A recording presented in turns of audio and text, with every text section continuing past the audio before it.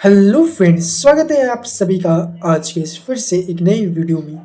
जैसा कि हम सभी जानते हैं कि अभी हम लोग कक्षा 9वीं का गणित का अध्याय तीसरा, जिसका शीर्षक है निर्देशांक ज्यामिति, जिसे अंग्रेजी में कोऑर्डिनेट ज्योमेट्री के नाम से जाना जाता है, उसे अभी हम लोग पढ़ रहे हैं।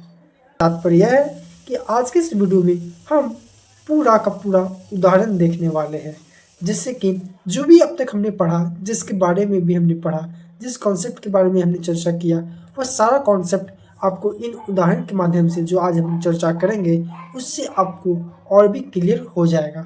आपको यह पता चल जाएगा कि वो कॉन्सेप्ट हमारे उदाहरण हमें हमारे प्रश्न में कैसे इस्तेमाल होगा। मैं आपको एक बात और बता दूं कि आज की इस वीडियो में जो भी उदाहरण है वह उदाहरण हमारे एनसीईआरटी बुक से ही लिए गए हैं।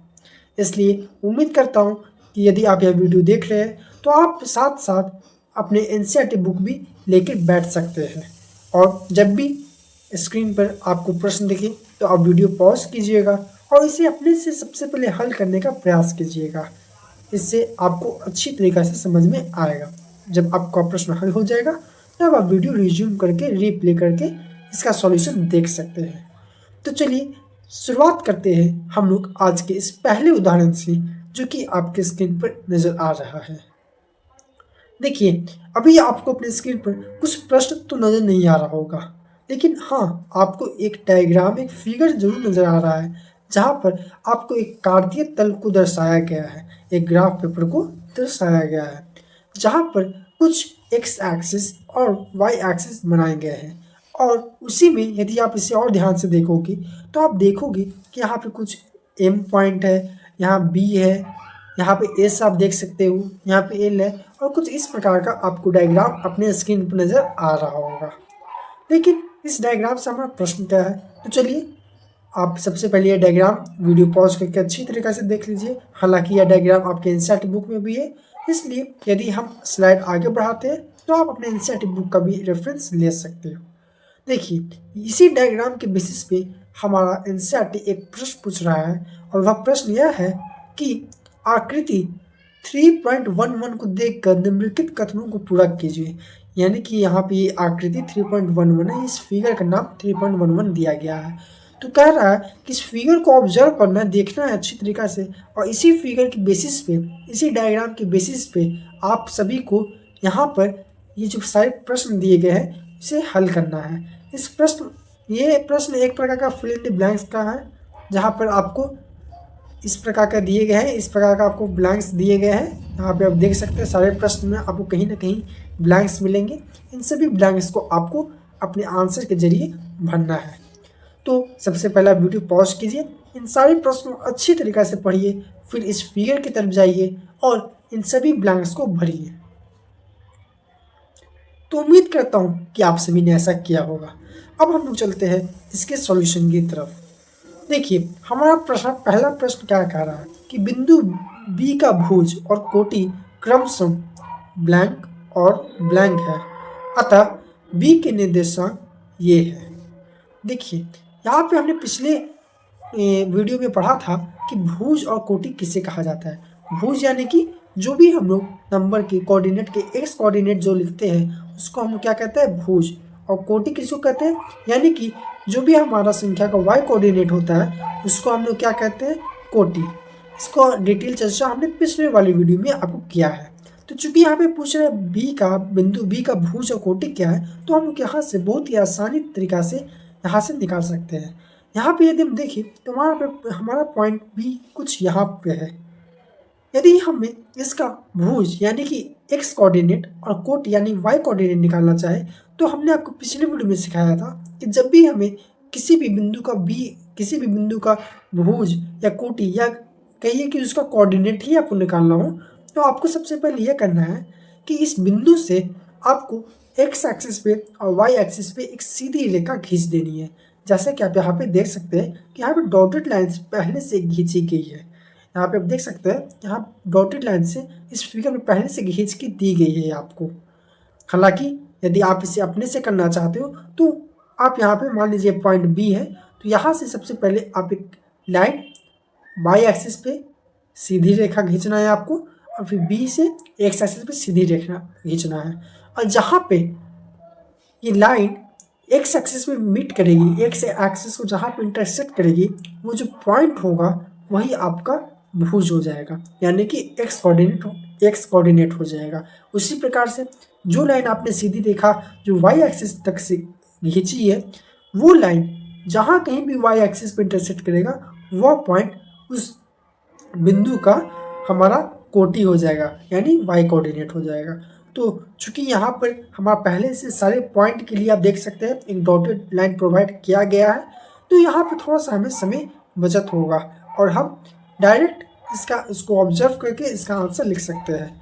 तो चलिए, यहाँ पे हमें पूछ रहा था कि बी का हमारा भुज और कोटि क्या है। तो यहाँ पे यदि आप देखोगे तो यहाँ पे हमारा भुज क्या हो जाएगा, 4 हो जाएगा, और कोटि क्या हो जाएगा हमारा 3।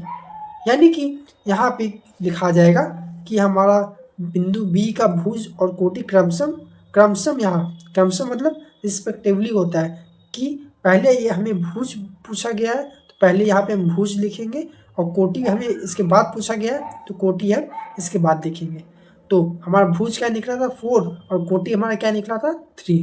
तो ये हमारा हो गया भुज और कोटि। अब आगे प्रश्न पूछ रहा है कि अतः बी के निर्देशांक कितने हैं, यानी यहाँ पे ब्लैंक्स दिए गए हैं।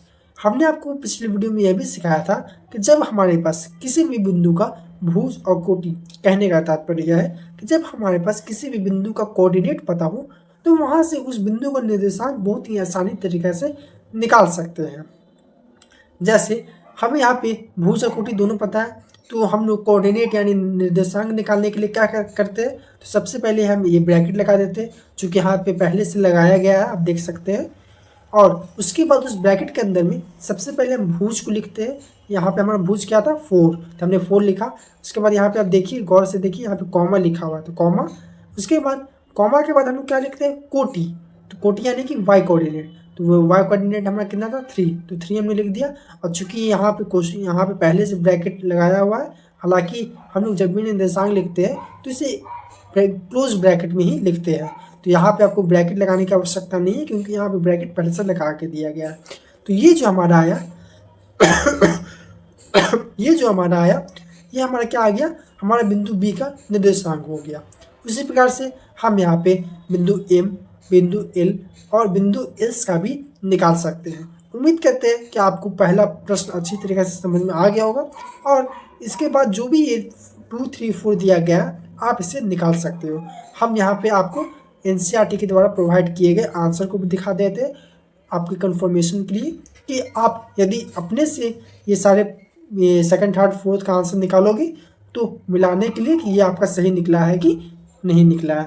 यहाँ पे आप देख सकते हैं कि हमने अभी पिछली स्लाइड में निकाला कि बिंदु बी का निर्देशांक 4,3 कुछ इस प्रकार होगा, जो कि हमारे NCERT के सॉल्यूशन से भी मिल रहा है। उसी प्रकार से यदि आप सेकंड का आंसर निकालोगे तो आप पाओगे कि जो बिंदु एम का जो एक्स निर्देशांक यानी भुज है वो -3 है, और बिंदु एम का जो वाई निर्देशांक यानी जो कोटि है वो हमारा 4 है। और इसी के लिए यहाँ पर जो बिंदु एम का जो निर्देशांक हो जाएगा, जो कोऑर्डिनेट हो जाएगा, वो क्या हो जाएगा -3,4। उसी प्रकार से आप यहाँ पे देख सकते हो, यहाँ पे बिंदु एल का एक्स निर्देशांक क्या है, यहाँ पे हमारा -5 है, और वाई निर्देशांक यानी कोटि क्या है -4, जिसके कारण हमारा जो बिंदु एल का जो कोऑर्डिनेट यानी निर्देशांक है वो क्या हो गया -5, -4 क्लोज ब्रैकेट। उसी प्रकार यदि हम बिंदु एस के बारे में चर्चा करें तो हमारा बिंदु एस को भी आप यहाँ पे देख सकते हो कि बिंदु एस का भी जो एक्स निर्देशांक हमारा है वो हमारा 3 है, और बिंदु वाई का जो वाई निर्देशांक यानी कोटि जो है वो -4 है, और जिसके लिए उसका जो कोऑर्डिनेट हो गया वो क्या हो गया 3, -4। उम्मीद करता हूँ कि आप सभी को ये पता लग रहा होगा कि हमने इन तीनों का एक्स कोऑर्डिनेट यानी भुज और वाई कोऑर्डिनेट यानी कोटि और निर्देशांक कैसे निकाला है। ये हमने उसी प्रकार से निकाला जैसे हमने पहला का निकाला था। हालांकि इसका डिटेल हम लोग कॉन्सेप्ट आपको पिछले वीडियो में बता के रखे हुए हैं, आप वहाँ से भी एक बार रेफरेंस ले सकते हो। अब उम्मीद करता हूँ कि आपको ये पहला प्रश्न, पहला उदाहरण समझ में आ गया होगा। अब हम लोग चलते हैं आज के इस वीडियो के दूसरे उदाहरण तरफ, जो कि कुछ हमारा इस प्रकार से है। फिर से हम सबसे पहले आपको एक डायग्राम प्रोवाइड किए, आपको एक ग्राफ प्रोवाइड किए, जहाँ पे आपको एक एक्स एक्सिस नज़र आ रहा होगा, वाई एक्सिस नज़र आ रहा होगा, और कई सारे आपको बिंदु नज़र आ रहे होंगे, जैसे A B E C D O, इस प्रकार से कई बिंदु आपको नज़र आ रहे होंगे। तो आप इसे एक बार ध्यान से देख लीजिए। इसके अगले स्लाइड में हम इसके प्रश्न को रखे हुए हैं कि इस डायग्राम से, इस आकृति 3.12 से हमें कौन से प्रश्न को पूछा जा रहा है। तो वो प्रश्न यह है कि आप यहाँ देख सकते हैं कि पहला प्रश्न कि बिंदु ए वाई अक्ष से +4 एकक, एक मिनट, बिंदु ए वाई अक्ष से +4 एकक की दूरी पर है और एक्स अक्ष से 0 पर है, अतः बिंदु ए का निर्देशांक।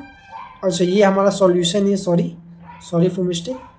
यहाँ पे प्रश्न मैं आपको बोल के ही बता देता हूँ, हालांकि आप एनसीईआरटी का रेफरेंस ले सकते हो। यहाँ पर देखिए, एनसीईआरटी ने हमने सिर्फ यहाँ पे डायग्राम में इंक्लूड किया है। यहाँ पे आपको इस डायग्राम के माध्यम से एनसीईआरटी आपसे बस यह पूछना चाह रहा है कि यहाँ पे जो भी आपको पॉइंट दिए गए हैं, आप उसकी दूरी, एक मिनट, आई थिंक उसकी दूरी ही है, हाँ, आप जो भी यहाँ पे पॉइंट दिया गया है, आप उसका पिछले जो प्रश्न की तरह आप उसका निर्देशांक निकालो, यानी कि इस बार आपको सिर्फ कोऑर्डिनेट निकालना है। पिछले प्रश्न में हम लोग हर एक पॉइंट का एक्स कोऑर्डिनेट यानी कि भुज और वाई कोऑर्डिनेट यानी कि कोटि दोनों निकाल रहे थे, और दोनों निकालने के बाद हम लोग उस पॉइंट का निर्देशांक निकालते थे। लेकिन इस प्रश्न में आपको सीधे सीधे ये पूछ रहा है कि जो भी यहाँ पे पॉइंट इस फिगर में आपको दिए गए हैं, उन सभी पॉइंट का आपको निर्देशांक निकालना है, यानी कि कोऑर्डिनेट निकालना है। हालांकि इसका कोई मतलब नहीं हुआ कि आपको भुज और कोटि नहीं निकालना है, क्योंकि यदि आप किसी पॉइंट के कोऑर्डिनेट यानी कि निर्देशांक को निकालना चाहते हो, तो यह ऑब्वियस है कि आपको सबसे पहले उसका भुज और कोटि निकालना होगा। तो आप वीडियो पॉज कीजिए और जल्दी से इसका सारे पॉइंट का आप निर्देशांक निकाल लीजिए। उम्मीद करता हूँ कि आप सभी ने इन सारे पॉइंट का निर्देशांक निकाल लिया होगा। तो चलिए, सॉल्यूशन देखने के पहले हम लोग यहीं पे आपको बोल के अच्छी तरीके से यहीं पे समझा देते हैं, और आप भी अपने आंसर को यहाँ पे मिला लीजिए। देखिए, सबसे पहले यदि हम पॉइंट ए की बात करें, तो हमने क्या सीखा था कि किसी भी पॉइंट का निर्देशांक ये निकालने के लिए हम उसकी एक्स कोऑर्डिनेट और वाई कोऑर्डिनेट को ब्रैकेट के अंदर लिख देते हैं, जहाँ पे सबसे पहले एक्स कोऑर्डिनेट लिखाता है यानी कि भुज, उसके बाद कोटि यानी कि वाई कोऑर्डिनेट लिखाता है। यहाँ पे यदि आप देखोगे तो पॉइंट ए जो है वो एक्स एक्सिस पे लाई कर रहा है, और वो कहाँ पे लाई कर रहा है, 4 पे। तो यहाँ पे तो यदि हम कोई भी लाइन सीधी रेखा एक्स एक्सिस पे खींचनी चाहिए, तो वो तो आई थिंक मुमकिन नहीं है, क्योंकि वो पॉइंट अपने आप में एक्स एक्सिस पे लाई कर रहा है, एक्स एक्सिस पे है। इसलिए हम लोग एक्स एक्सिस पे कोई भी सीधी रेखा नहीं खींचेंगे, क्योंकि खिंचाएगा या नहीं। इसलिए चूंकि यह पॉइंट ए एक्स एक्सिस पे लाई कर रहा है, इसलिए जिस भी पॉइंट पे यानी एक्स एक्सिस के जिस भी पॉइंट पे वह पॉइंट लाई कर रहा है, उसी को हम लोग उस पॉइंट का भुज यानी कि एक्स कोऑर्डिनेट मान लेंगे। तो यहाँ पे हमारा पॉइंट ए का एक्स कोऑर्डिनेट क्या हो जाएगा, 4 हो जाएगा।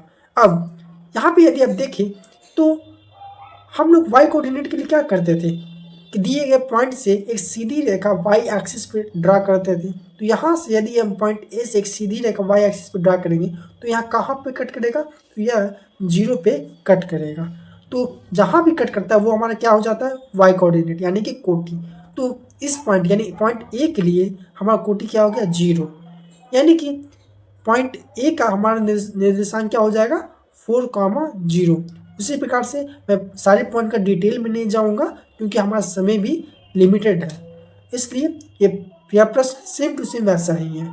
इसलिए मैं सारे पॉइंट के निर्देशांक आपको बता देता हूँ कि इसी प्रकार से यदि हम पॉइंट बी को सॉल्व करेंगे तो आपको मिलेगा, यहाँ पे यदि आप देखोगे तो पॉइंट बी का हमारा वाई कोऑर्डिनेट यानी कि कोटि क्या है, 3 है, और एक्स कोऑर्डिनेट हमारा क्या है, 0 है। तो इसका हो जाएगा 0,3। उसी प्रकार से आप यहाँ पे पॉइंट सी का यदि आप देखोगे तो हमारा एक्स कोऑर्डिनेट यानी भुज क्या है, -5, और कोटि यानी वाई कोऑर्डिनेट क्या है, 0। तो हमारा निर्देशांक क्या हो जाएगा, -5,0 क्लोज ब्रैकेट। उसी प्रकार से यदि हम यहाँ पे देखेंगे कि पॉइंट डी का हमारा ये हमारा निर्देशांक क्या है, तो यहाँ पे आप देख सकते हो कि हमारा पॉइंट डी का जो हमारा भुज है वो क्या है -4, यानी एक्स कोऑर्डिनेट हमारा क्या है -4, और ये सॉरी हमारा जो वाई कोऑर्डिनेट क्या है वाई कोऑर्डिनेट हमारा क्या है -4, यहाँ पे एक्स कोऑर्डिनेट हमारा क्या है 0। तो ये हमारा इसका डी का निर्देशांक क्या हो जाएगा 0, -4। यहाँ पे आप अपने आंसर से भी मिला सकते हो कि हमारा पॉइंट ए का निर्देशांक 4,0 था, बी का निर्देशांक 0,3 था जो कि अभी हमने आपको निकाल के सिखाया, सी का -5,0 था और डी का 0,-4 था। अच्छा यहाँ पे एक पॉइंट और है, ई है। ई कहाँ पे है? ई है यहाँ पे। आप यहाँ पे देखिए, आप यहाँ ध्यान से देखोगे, आप अपने एनसीईआरटी बुक को देखो, यहाँ पे हो सकता है कि आपको अपने स्क्रीन पे थोड़ी सी अच्छी तरीके से नहीं नज़र आ रहा होगा, लेकिन यदि आप एनसीईआरटी बुक को देखोगे तो ये जो पॉइंट ई है वो 0 और 1 के बीच में लाई कर रहा है। और इसको यदि आप एनसीईआरटी बुक में ध्यान से देखोगे तो आपको ये पता चलेगा कि वह पॉइंट ई एक्स कोऑर्डिनेट कि किस पॉइंट पे लाई कर रहा है, तो वह पॉइंट 2/3 है। इसलिए इसका जो पॉइंट ई का जो भुज हो जाएगा, जो एक्स कोऑर्डिनेट हो जाएगा, वो क्या हो जाएगा 2/3। और चूंकि वह पॉइंट एक्स एक्सिस पे लाई कर रहा है, इसलिए वहाँ से यदि हम एक सीधी रेखा वाई एक्सिस पर ड्रा करेंगे तो वह कहाँ पर इंटरसेक्ट करेगा 0 पे, इसलिए उसका कोटि क्या हो जाएगा 0। और ये जो हमारा पूरा आया 2/3, 0, यह हमारा पॉइंट ई का निर्देशांक आ गया। यहाँ पे आप देख सकते हैं कि आप ये ऑब्जर्व किए होंगे अपने एनसीईआरटी बुक के हर एक सॉल्यूशन में कि कहीं कहीं आपको इस प्रकार के प्रश्न मिलते हैं सॉल्यूशन में भी, कि आपको सॉल्यूशन दे देगा, फिर आपको पूछेगा क्यों, फिर पूछेगा क्यों।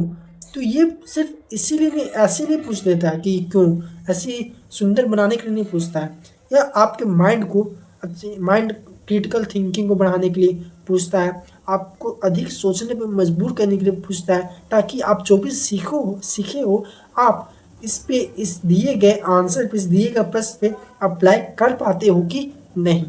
तो इसीलिए पूछता है। आप यदि आप चाहोगे तो आप इसका आंसर भी अपने नोटबुक पे लिख सकते हो। क्यों का तो आंसर हमने आपको बता ही दिया है कि यहाँ पे यदि यहाँ पे क्यों होगा, क्यों का यदि आप आंसर लिखना चाहते हो तो यह हो सकता है आप इस प्रकार से लिख सकते हो कि यहाँ पर इसका बी का निर्देशांक इतना है क्योंकि यहाँ पर जो बी का एक्स कोऑर्डिनेट यानी भुज है वो 0 है और वाई कोऑर्डिनेट जो कि कोटि है वो 3 है। और हम लोग जानते हैं कि जब भी हम लोग किसी पॉइंट का निर्देशांक लिखते हैं तो हम लोग इसे एक क्लोज ब्रैकेट में लिखते हैं, जहाँ पर पहला संख्या हमारा एक्स कोऑर्डिनेट यानी भुज होता है और दूसरा संख्या हमारा वाई कोऑर्डिनेट यानी कि कोटि होता है। यह आंसर आप इस क्यू में लिख सकते हो। तो उम्मीद करता हूँ कि हमने आज जो भी दो उदाहरण आपको समझाया वो आपको अच्छी तरीके से समझ में आया होगा। और इसी उदाहरण में हमने ये वाला ऐसे ही है जो कि हमने पिछली वीडियो में आपको बताया था कि यदि कोई पॉइंट एक्स एक्सिस पे लाई करेगा तो उसका कोऑर्डिनेट कुछ इस प्रकार x,0 हो जाएगा, और यदि कोई कोऑर्डिनेट वाई एक्सिस पे लाई करेगा कोई पॉइंट तो उसका कोऑर्डिनेट यानी कि निर्देशांक 0,y हो जाएगा। और आपने इन दोनों उदाहरण से इनफैक्ट हमने शायद ये पिछले वीडियो में भी आपको बताया था कि इसमें ये जो फर्स्ट क्वाड्रेंट हमारा होता है इसमें जो एक्स कोऑर्डिनेट और वाई कोऑर्डिनेट दोनों पॉजिटिव होते हैं।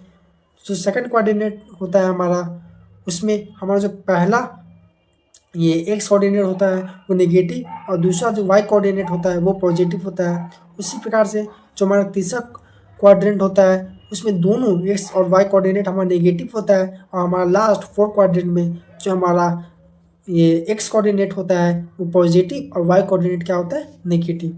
तो उम्मीद करता हूँ कि आपको आज का वीडियो बहुत ही अच्छी तरीके से समझ में आ गया होगा, और आपको आज जो भी हमने उदाहरण आपको सिखाया वो भी आपको अच्छी तरीके से समझ में आ गया होगा। तो आज के लिए इतना ही, धन्यवाद।